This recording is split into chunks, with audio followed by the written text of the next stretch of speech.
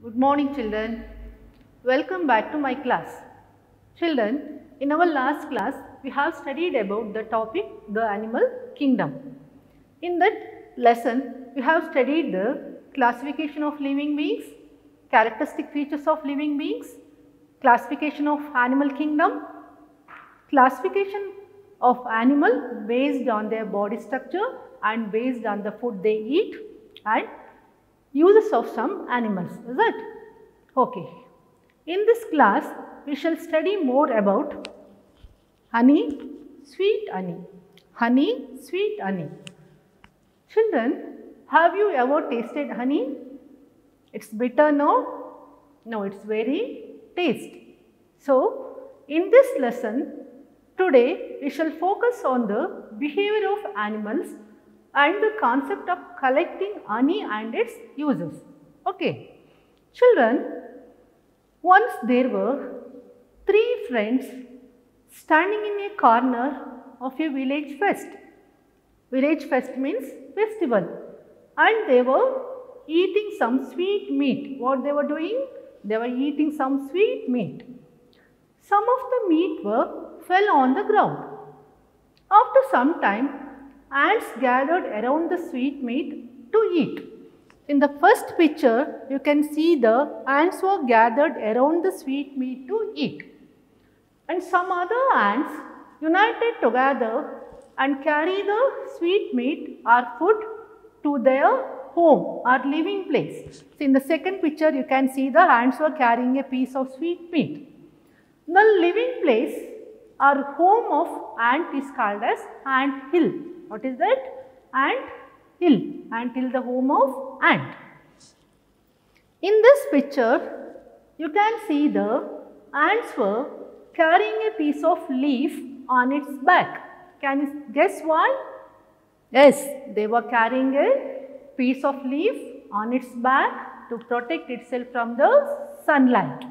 Okay. These type of ants are called as umbrella ant or Saba ant, S-A-U-B-A, Saba ant or umbrella ant.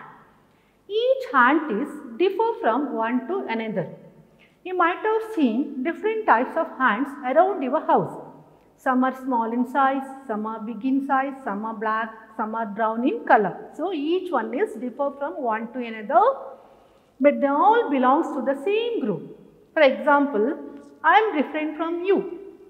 You are different from your parents, but we three belongs to the same group, same kingdom, animal kingdom, phylum Chordata, but we look different from one to another. Our scientific name, our binomial nomenclature is same, Homo sapiens.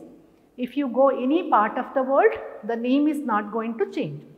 Here, binomial nomenclature means the method of giving two names to each living organism is called as binomial nomenclature.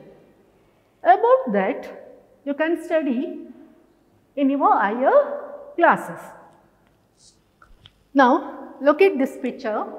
You can see a cat and kittens. What do you mean by kitten, children?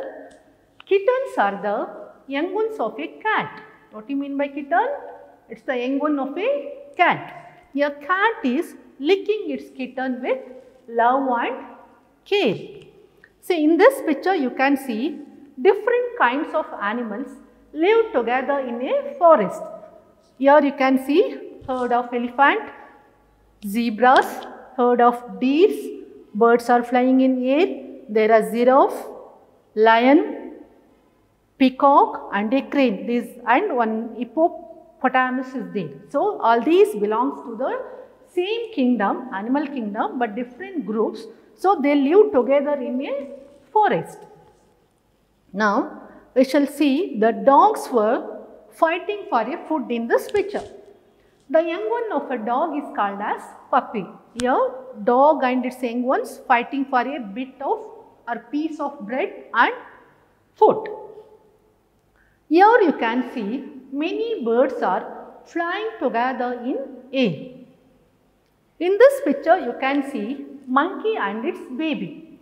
Baby monkey is holding its mother's belly so that it will not fall down because it holds its mother belly firmly and tightly.